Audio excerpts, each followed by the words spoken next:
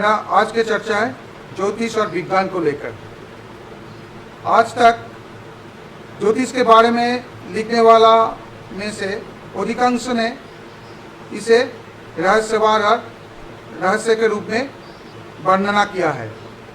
लगभग किसी ने भी इसे स्पष्ट वैज्ञानिक रूप देने की कोशिश नहीं की। हमारे देश को छोड़कर पश्चिमी देशों में भी ज्योतिष की चर्चा में वैज्ञानिक प्रवृत्ति का अनुसरण नहीं किया। चर्चा शुरू करने से पहले मैं आप सभी को बहुत बहुत धन्यवाद करना चाहूँगा जिन्होंने मेरे चैनल को सब्सक्राइब किया है। और अगर आप मेरे चैनल में नए हैं तो सब्सक्राइब बटन पर क्लिक करके सब्सक्राइब कीजिए और आगे वाले बेल आइकन पर क्लिक करके सिलेक्ट ऑल कर दीजिए और मेरे हर वीडियो पर अपडेट मिलते रहे। और ज्योतिष और आध्यात्मिक तत्व पर महत्वपूर्ण चर्चाएं सुनते रहिए।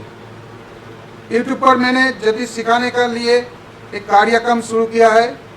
अगर आप ज्योतिष सीखना चाहते हैं एकदम प्राइमरी लेवल से तो चैनल के ज्वाइन बटन पर क्लिक करके आप मेंबरशिप ले सकते हैं और घर बैठे ज्योतिष सीख सकते हैं। जो बता रहा था, हमारे देश के छोड़कर पश्चिमी देशों में भी ज्योतिष की चर्चा भी वैज्ञानिक प्रवृत्ति का अनुसरण नहीं किया।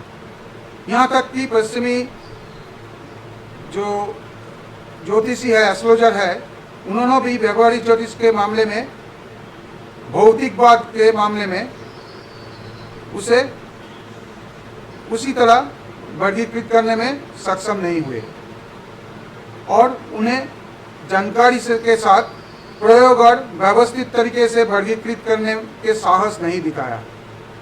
ये सच्चाई के प्रचार प्रसार में इतने मशगूल है कि उन्होंने जानबूझकर कई गलतियां की, क्योंकि जिस पर जनता का विश्वास कम है, इसकी कमियां पर ध्यान केंद्रित करने से इस विज्ञान के प्रति लोगों का विश्वास और भी कम हो सकता है।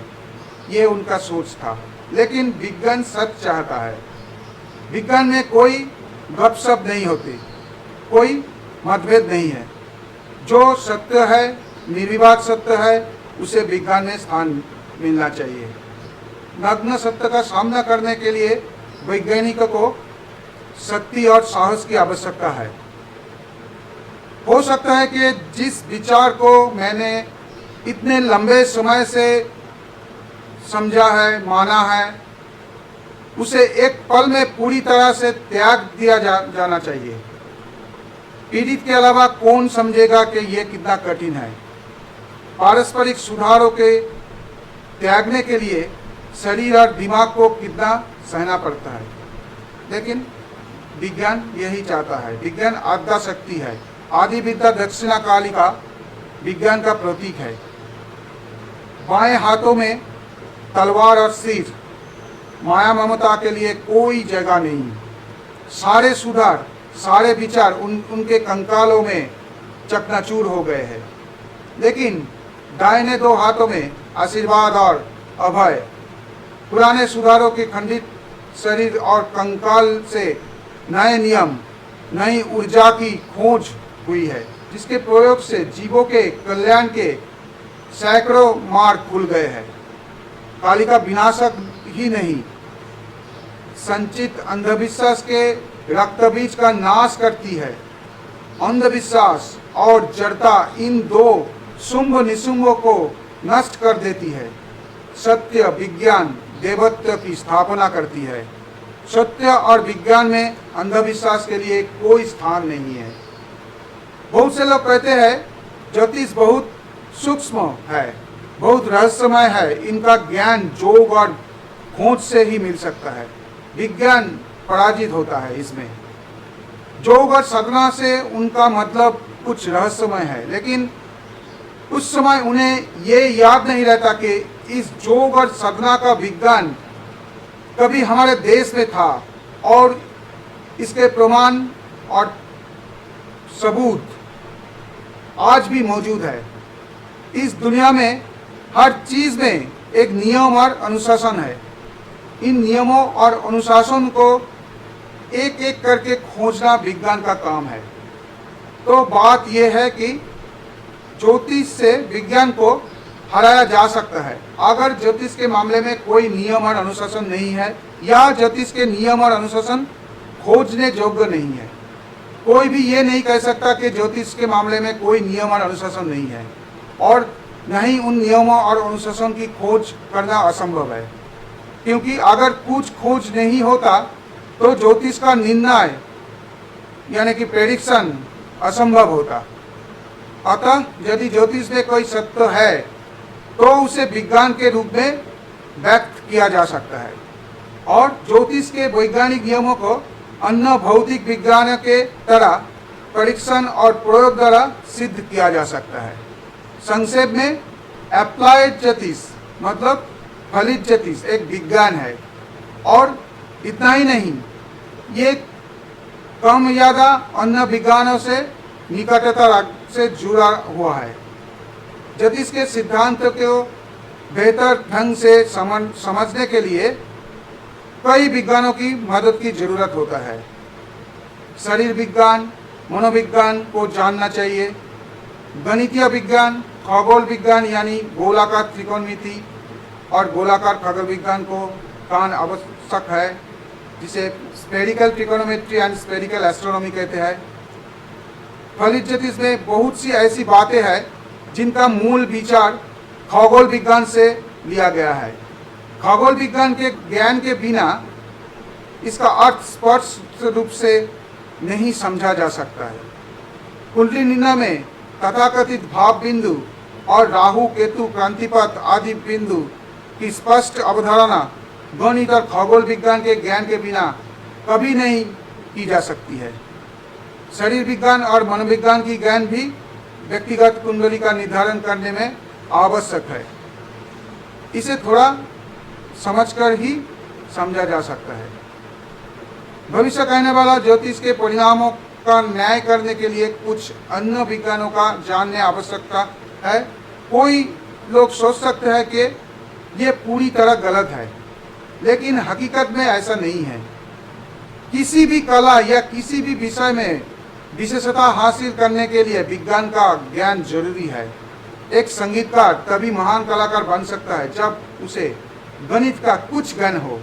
कारण यह है कि धुन, ताल और लय के संयोजन में गणित है, जिसका जरा सी अगल बगल होती तो ताल काट देगी या लय धारण नहीं कर सकते या फिर धुन से दूर हो जाएगा।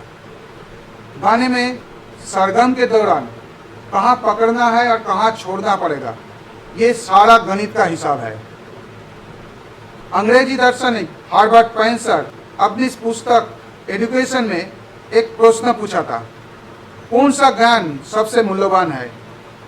उन्होंने खुद उस सवाल का जवाब दिया था सिर्फ एक शब्द में, विज्ञान। कोई चित्रकार, मूर्तिकार, कवि पैदा हुए जिनके विज्ञान के ज्ञान के कमी ने उनकी कई हस्तनिर्मित चीजों की अर्थहीन बना दिया है। मिल्टन ने मानता था कि वैज्ञानिक ज्ञान कवि की भावनाओं के लिए एक बहुत बड़ी बाधा है, लेकिन कालिदास, शेक्सपियर, गेटे, टेनिसन, रविंद्रनाथ टैगोर साबित कर दिया कि ये विश्वास गलत थे। कई कहते हैं ग्रह जनार्दन अर्थात ग्रह ईश्वर के प्रतीक है, इसलिए जब उन्हें विज्ञान की सीमाओं में लाया जाता है तो उनका अपमान होता है और भगवान का अपमान भी वही होता है। ऐसा कहने वाला से मेरा बयान ये है कि वो ग्रह जनार्दन इस वाक्यों का अर्थ समझने में असमर्थ है। सारी शक्ति ईश्वर की शक्ति है। उस शक्ति का कानून और व्यवस्था बिल्कुल निश्चित है, बिल्कुल अपरिवर्तनीय है। इसे किसी भी सांसारिक प्रयास से नहीं बदला जा सकता। शक्ति या ऊर्जा की नियम को खोज की जा सकती है, लेकिन किसी के पास इतना क्षमता नहीं है कि उसका एक बाल भी बदलाया जाए। इसलिए ग्रहों की ऊर्जा को दैवीय ऊर्जा भी कहा जा सकता है। जैसे हर शक्ति दैवीय शक्ति है, अग्नि की जलती हुई शक्ति जल की, बाढ़ की शक्ति, ये सब ईश्वर की शक्ति है। लेकिन आग, पानी, हवा, बिजली, उनकी ऊर्जाओं को विज्ञान की सीमाओं के भीतर लाया गया है और उनके द्वारा हमारे दैनिक कार्य भी किया जा रहा है।